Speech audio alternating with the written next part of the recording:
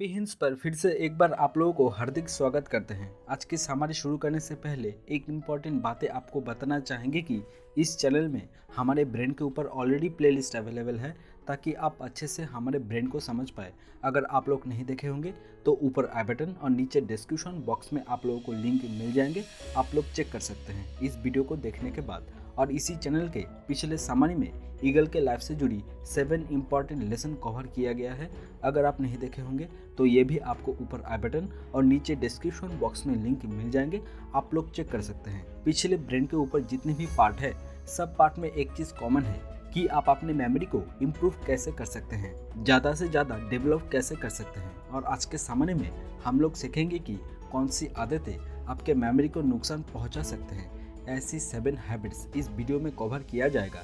तो फाइनली और एक बार आप लोगों के सामने आपके वैल्यूएबल टाइम को नॉलेज में इन्वेस्ट करते हुए जो चैनल हर एक कंटेंट को आपके सामने रखते हैं करके डिटेल्स में एनालिसिस, मेरा नाम गौतम देवनाथ और आप लोग देख रहे हैं हैप्पी हिंट्स। आज के सामरी अगर आप लोगों को पसंद आए तो लाइक और शेयर कर सकते हैं। आज के सामरी के ऊपर आपके वैल्यूएबल फीडबैक नीचे कमेंट कर सकते हैं।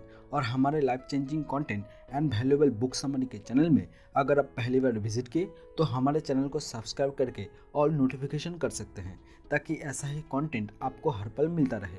हाल ही में एक इन्फोग्राफिक जो सोशल मीडिया पर वायरल हो रहा था, उसने ये दावा किया कि WHO यानी विश्व स्वास्थ्य संगठन ने ऐसी 7 सिंपल हैबिट्स यानी आदतों को सूचीबद्ध किया है जो संभावित रूप से मस्तिष्क को नुकसान पहुंचाती है। इसमें टीवी देखना और खाना या नाश्ता मिस करना जैसी आदतें थी।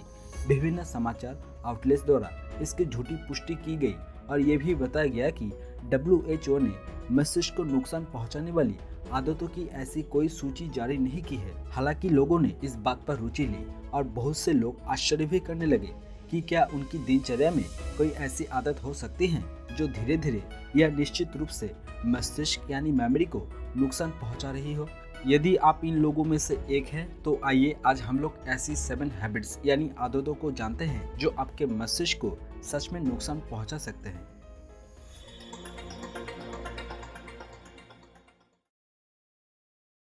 हैबिट 1, निष्क्रिय होना यानी टू बी इनएक्टिव।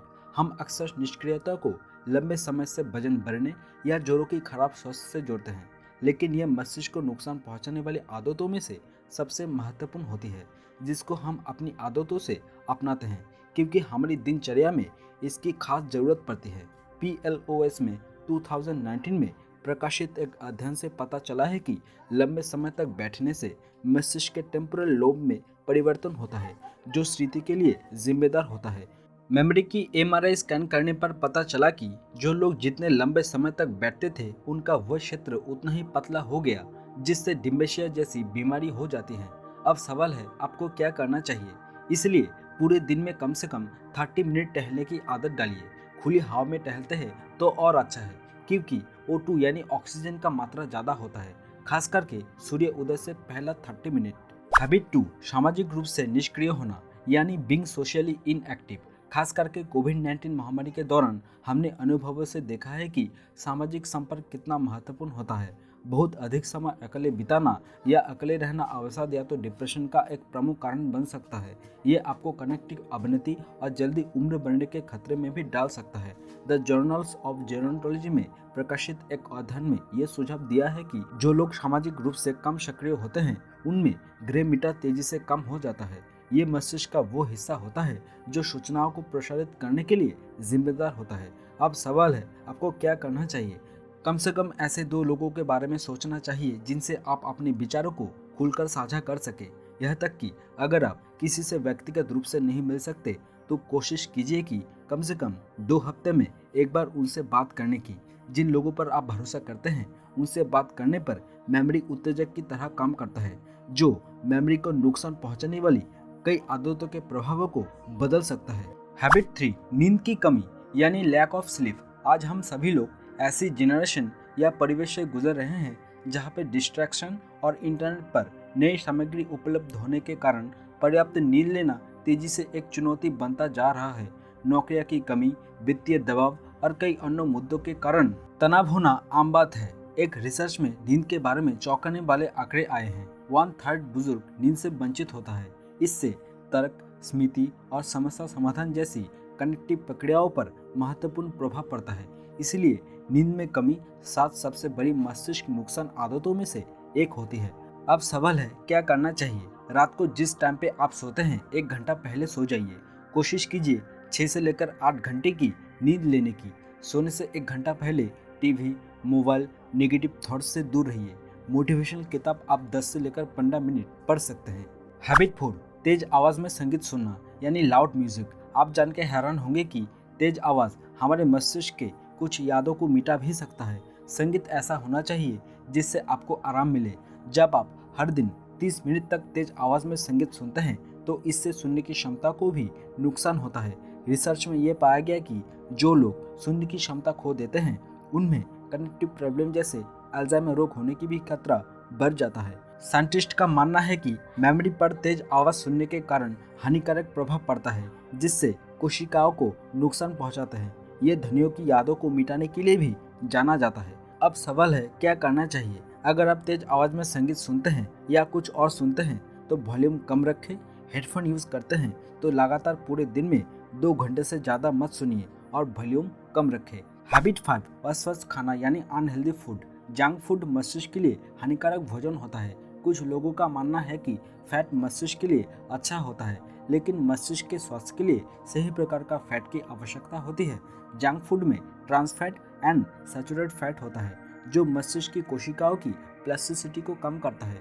अधिक मात्रा में शर्करा का सेवन करने से इंसुलिन रेजिस्टेंस हो सकता है जिससे मस्तिष्क में ग्लूकोज की आपूर्ति कम हो जाती है जो इसके कार्य के लिए महत्वपूर्ण होती है। एक शोध में पाया गया है कि ओवर ईटिंग मस्तिष्क को नुकसान पहुंचाने वाली आदतों में से एक होती है। अगर आप और डिटेल्स में जानना चाहते हैं तो ऊपर आई बटन और नीचे डिस्क्रिप्शन बॉक्स में आप लोगों को लिंक मिल जाएंगे, आप लोग चेक कर सकते हैं। हैबिट 6, सोशल मीडिया का ज़्यादा इस्तेमाल करना यानी over use of social media. Social media भी 7 सबसे बड़ी मस्तिष्क नुकसान आदतों में शामिल है। हम में से अधिकांश लोग फ़ोन से दिन की शुरुआत करते हैं और फ़ोन को देखते हुए बिस्तर पर चल जाते हैं और बिना सोचे समझे नए ताज़ा विषय के लिए स्क्रॉल करते रहते हैं। एक व्यक्ति औसतन 3 आवर्स फ़ोन पर बिताता है। ये उस समय हानिकारक नहीं लगता है, लेकिन सोशल मीडिया पर जितना समय बिताते हैं यह मस्तिष्क पर गंभीर हानिकारक प्रभाव डालता है। सोशल मीडिया आपके ध्यान को बहुत सारी सामग्री से बिखरता है। इससे एकाग्रता बुरी तरह से प्रभावित होती है। यही कारण है कि कई बार सोशल मीडिया उपयोगकर्ता खराब मल्टीटास्किंग स्किल्स को प्रदर्शित करता है। ऐसा इसलिए होता है क्योंकि समय के साथ डिस्ट्रैक्शन पर काबू पाने की क्षमता कम हो जाती है और समय के साथ मेमोरी के हिस्से में एकाग्रता में कमी आती है। सोशल मीडिया पर अनुभवों को साझा करने की संस्कृति होती है। हम यादों को संग्रहित करने के तरीके को बदल सकते हैं। ये प्रतिफल के रास्ते भी बदल देता है। जब भी आप कोई सूचना प्राप्त करते हैं तो आपका शरीर डोपामाइन रिलीज करता है जो आपको फोन का आदी बना देता है। ये आपके मस्तिष्क के लिए अच्छा नहीं होता है। और आज के हमारे के लास्ट मस्तिष्क को नुकसान पहुंचाने वाले हैबिट्स है नकारात्मक सोच यानी नेगेटिव थिंकिंग। नकारात्मक सोच मस्तिष्क को नुकसान पहुंचाने वाली आदतों में सबसे हानिकारक होती है। ये लंबे समय तक चिंता और तनाव की स्थिति में रहती है जिससे मस्तिष्क में बहुत ही नेगेटिव इम्पैक्ट पड़ती है। आपके मस्तिष्क धीरे धीरे पॉजिटिव इम्पैक्ट कैच करने की क्षमता खो देते हैं और आपके ब्रेन डेवलप नहीं हो पाता है। हम लोगों को सुबह से लेकर रात तक अपने जीवन और परिवार के विषय में सोचना ही पड़ता है। और दूसरी तरफ एक कहावत है कि चिंता चिता के समान होता है। अब सवाल है, तो फिर सही क्या है?